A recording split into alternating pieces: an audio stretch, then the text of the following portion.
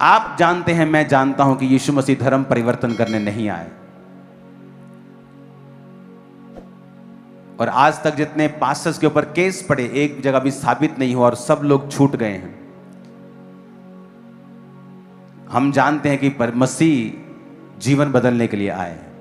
तो ये प्रार्थना आप करेंगे अगले 21 दिन फास्टिंग में, अपने देश के लिए अपने हाथों को उठा के प्रार्थना करेंगे। सुनो, जो कुछ देश में घट रहा है, सिलेंडर नहीं है, वो नहीं है, सब कुछ सरकार के ऊपर नहीं होता। जब युद्ध शुरू हो जाता है सरकार कुछ नहीं कर सकती। तो हमारी प्रार्थनाओं की जरूरत है। इस देश को, आप लोगों को अपने हाथों को उठाएंगे, अपने देश के लिए प्रार्थना करेंगे। खुदा बाप, उस युद्ध के ऊपर तेरा हाथ आए,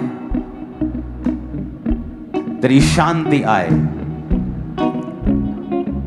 भारत को ब्लेस कर, यहां के लोगों को ब्लेस कर, हर तरह की शॉर्टेज को खत्म कर। खुदावंद, तेरे जीवित नाम में हम मांगते हैं, आमीन। ऊंचा ये आशीष हमारी। आप इमेजिन करो कि एक जगह पे युद्ध हो रहा है और जस्ट एक छोटा सा 33 किलोमीटर की वो कनाल सी है, वो समुद्र सा है, 33 किलोमीटर है, सिर्फ वो बंद हुआ है तो हम सब लोग दुखी हो गए इंडिया में। वहां पे हम किसी ढाबे पे या किसी रेस्टोरेंट में रुकते थे तो बोलते थे कि मेन्यू हमारा आधा हो गया, हमारे पास सिलेंडर नहीं। सब इफेक्टेड हैं जस्ट एक छोटे से रास्ते के कारण। इमेजिन करो अगर ये युद्ध 4 गुना बड़ा हो जाए, बड़े देश शामिल हो जाएं। इमेजिन करो पेट्रोल और देश क्या, सरकार क्या करेगी? अब सब दुनिया ही अगर लड़ पड़ी, तुम्हारा पूरा मोहल्ला ही अगर लड़ने लग जाए, तुम क्या कर लोगे? बीच में जाओगे तुम्हें भी पड़ जाएगी एक आधी। तुम्हें दूर ही रहो भाई। अब पूरा दुनिया ही अगर लड़ने लग गई तो सरकार उसमें क्या करेगी? वो बेस्ट एफर्ट करेगी तब भी नहीं कंट्रोल कर पाएगी, क्योंकि अब ये सिर्फ सरकार के हाथों में नहीं है।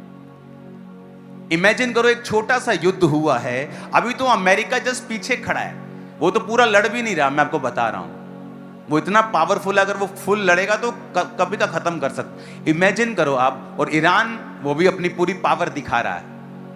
और इमेजिन करो कि एक देश, 2 देश लड़ रहे हैं और पूरी दुनिया पे इफेक्ट हो रहा है। भारत में 140 करोड़, दुनिया का हर 6ठा आदमी एवरेज भारतीय है।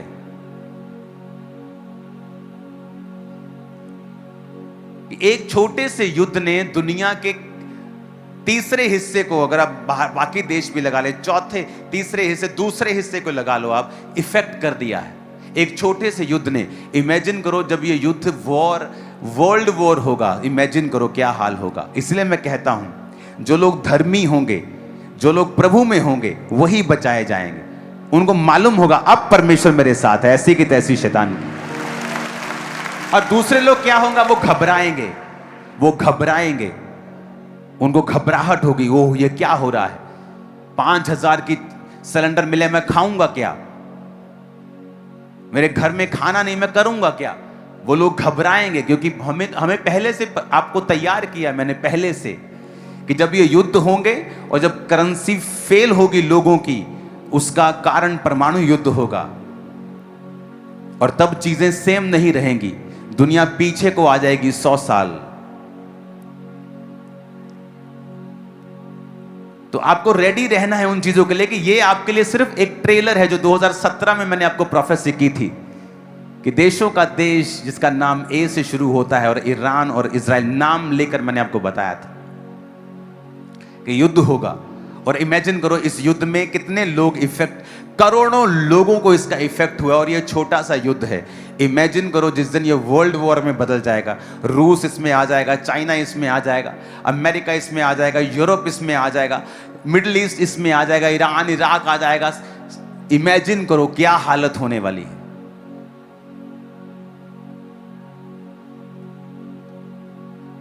इसीलिए जितनी रूहें बचा सकते हो बचा लो, और घबराओ मत। तुम्हें परमेश्वर उठा लेगा इस दुनिया से, हम सबको उठा लेगा। वो रैप्चर वो हमें नहीं देखने देगा। ये जब बिल्कुल अंत वाला समय होगा वो हमें ये देखने भी नहीं देगा।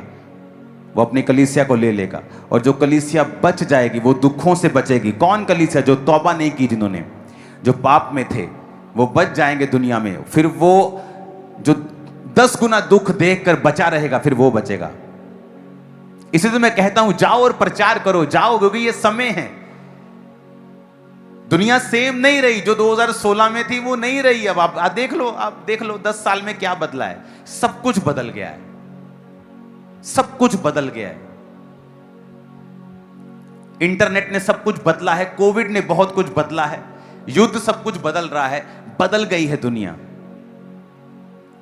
और फ्यूचर में भी बहुत चीजें बदलेंगी। आपको तैयार, आपको प्रीच करना है, लोगों को बताना है परमेश्वर के बारे में। ये समय है, आपको खुश होना चाहिए। मुझे खुश नहीं, यीशु मसीह आ रहे हैं। अगर वो आज रात आ जाएं तो सबसे खुश मैं हूं, और ले जाएं हम सबको। आमीन। हम असली घर में जाएं। आत्मा में रेडी रहो, सिखाने के लिए रेडी रहो।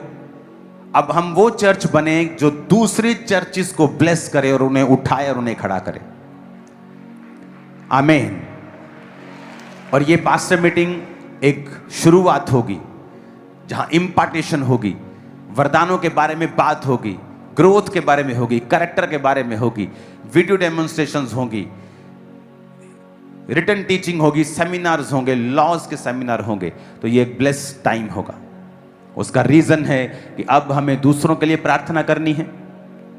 हमें देखना है पौलुस ने किस तरह से काम किया और परमेश्वर ने किस तरह से उन एरियाज में बेदारी फैलाई कि पौलुस कहता है कि इस पूरे एरिया में मेरे प्रचार करने की कोई जगह नहीं बची, मैं पूरा प्रचार कर चुका हूं। हालेलुया।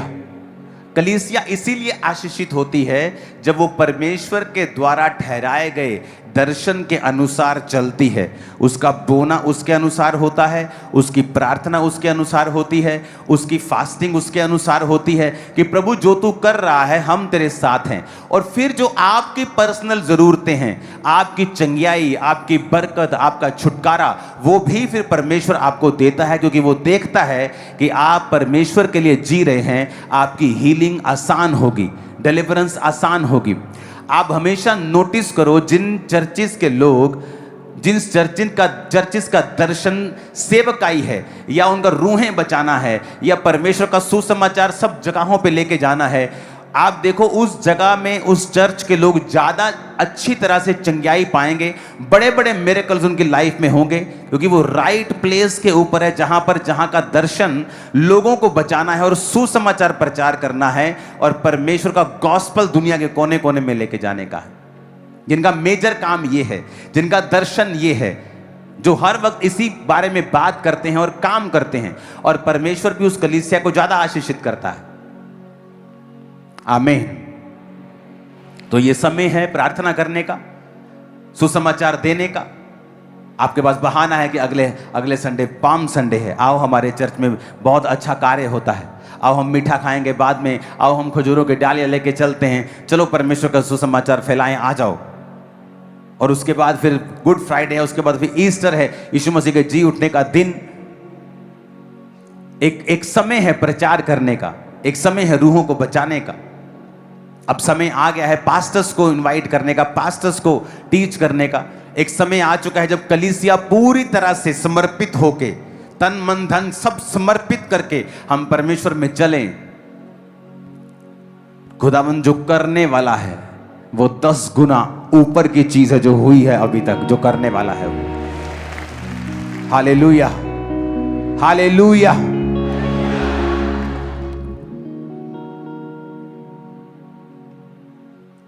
क्रूसेड के बाद पीएनजी के प्राइम मिनिस्टर का मुझे वीडियो कॉल आया, मुझे कॉन्ग्रेचुलेट कर रहे थे कि मैंने वो मीटिंग देखी, वाह बड़ा अच्छा था। कि पूरी दुनिया तक वो सुसमाचार क्या है कि परमेश्वर क्या कर रहा है। अब हमें प्रार्थनाओं में रहना है, पूरी दुनिया के लिए प्रार्थना करनी है, पास्टर्स के लिए प्रार्थना करनी है, इंडिया की अदर स्टेट्स के लिए प्रार्थना करनी है, दूसरे पास्टर्स के लिए प्रार्थना करनी है कि परमेश्वर इस चर्च को यूज करे, प्रार्थना करनी है कि वो पास्टर्स को इम्पार्ट कर सकें, उनको इक्विप्ड कर सकें, उनको ब्लेस कर सकें, उनको इनकरेज कर सकें। मैं एक्साइटेड हूं आने वाले दिनों के लिए, और मुझे मालूम है परमेश्वर ने हमारे लिए, आपके लिए, पास्टर्स के लिए एक बड़ा भंडार रखा है आत्मिक आशीषों का, जो हमें वो देने वाला है। और वो कृपा करेगा और वो दया करेगा। आमीन। हम सुपरनैचुरल पावर से चलेंगे, सुपरनैचुरल मैनिफेस्टेशन के साथ चलेंगे। आमीन। आपके हाथों में पावर है, आपके हाथों में जीवन है। आपको शायद मालूम नहीं होगा, बहुत लोग इस चीज से अनजान हैं। कई बार आपके जीवन में जब प्रॉब्लम होती है, आपके पेट का दर्द नहीं जा रहा है, आप मेडिसिन खा रहे हैं, आप टेस्ट करवा रहे हैं, आप इंडोस्कोपियां करवा रहे हैं, आप स्कैनिंग करवा रहे हैं, और एक दिन परमेश्वर का आत्मा आपको बोलता है, क्या कर रहा है तू? अपने पेट पे हाथ रख और कमांड कर। क्या कर रही है तू?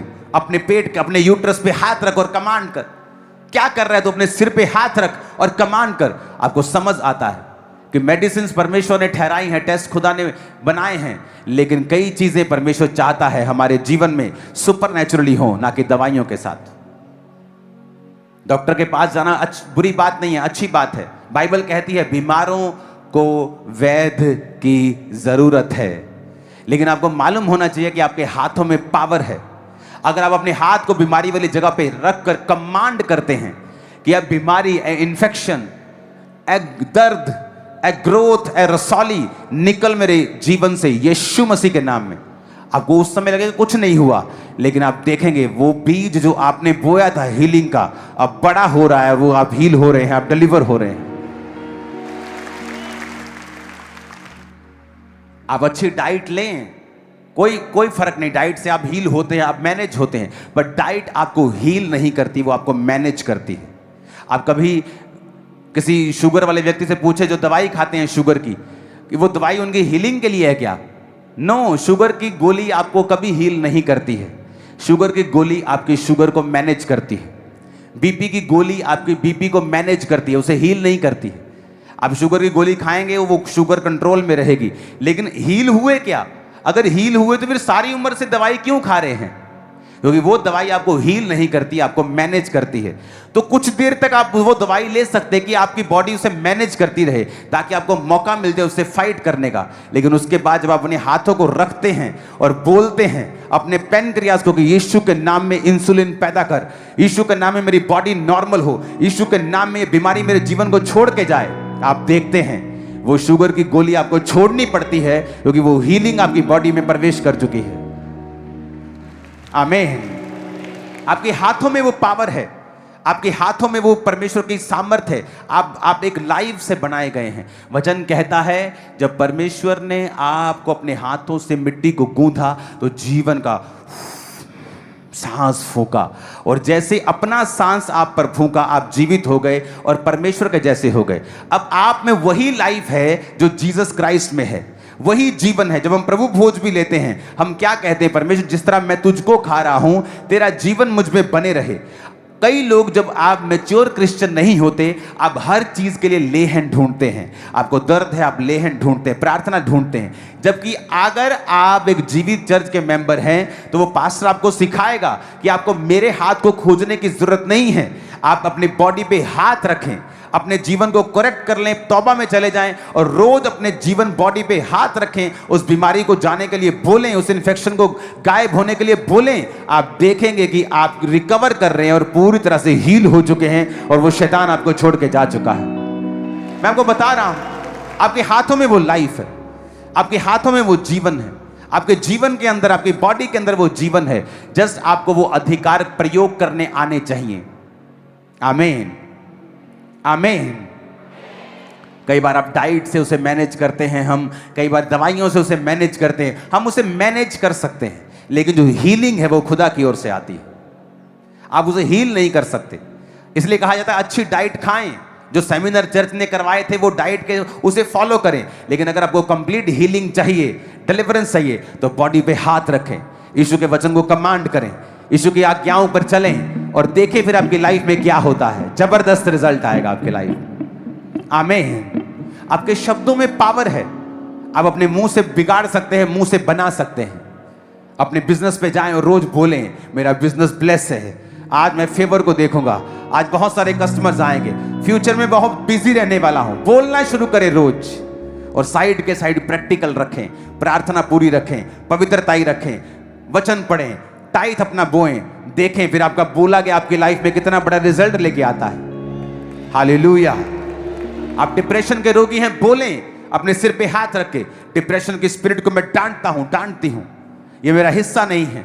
मेरे अंदर साउंड माइंड है, साउंड माइंड का आत्मा मेरे अंदर है, परमेश्वर का आत्मा मेरे अंदर है, मसीह का आत्मा मेरे अंदर है, ये शरीर परमेश्वर की हैकल है। डिप्रेशन का कोई अधिकार नहीं मेरे ऊपर। रोज बोलना शुरू करें, आप डिप्रेशन को डिप्रेस कर देंगे 15 दिनों के अंदर अंदर। आप देख लेना, मैं आपको बता रहा हूं, आपके अंदर एक हायर लाइफ है जो आप जीते हैं। और ये चीजें तो आपकी पर्सनल डिलीवरेंस के लिए हो गई, लेकिन अब हमें कार्य करना है ऑल क्रिश्चियंस के लिए, पास्टर्स के लिए, लोगों के लिए, सुसमाचार के लिए। आने वाले दिनों में और बहुत से क्रूसेड्स आ रहे हैं अदर स्टेट्स के, तो प्रार्थना में रखना है। बड़ा काम परमेश्वर करने वाला है, बड़ा काम, इन जीसस नेम। आमीन। अपने पड़ोसी को बोलो, तेरे अंदर एक महान जीवन है। आमीन। उठाओ अपने हाथों को। मेरा बिलीव है कि आप सब लोग फास्टिंग कर रहे होंगे इन दिनों में। जो नहीं कर रहे हैं फास्टिंग, कृपया फास्टिंग करना स्टार्ट करें। और अगले 21 दिन के लिए आप लोग चर्च में आएंगे रोज 9 से 5 और आप प्रेयर करेंगे फास्टिंग में। हमारा फास्टिंग प्रेयर करने का विषय है सुसमाचार प्रचार हो, परमेश्वर सेवकाइयों को सुरक्षित रखे, चाहे वो यहां की हो चाहे वो दूसरी स्टेट्स की हो। सुसमाचार का काम हो, Easter meeting, good Friday meeting, palm Sunday meeting, holy communion meeting पे लाखों लोग अटेंड करें और हजारों हजारों हजारों यीशु को अपना जीवन दे और खुदा में शामिल हों। आप जानते हैं, मैं जानता हूं कि यीशु मसीह धर्म परिवर्तन करने नहीं आए। और आज तक जितने पास्टर्स के ऊपर केस पड़े, एक जगह भी साबित नहीं हुआ और सब लोग छूट गए हैं। हम जानते हैं कि मसीह जीवन बदलने के लिए आए। तो ये प्रार्थना आप करेंगे अगले 21 दिन फास्टिंग में।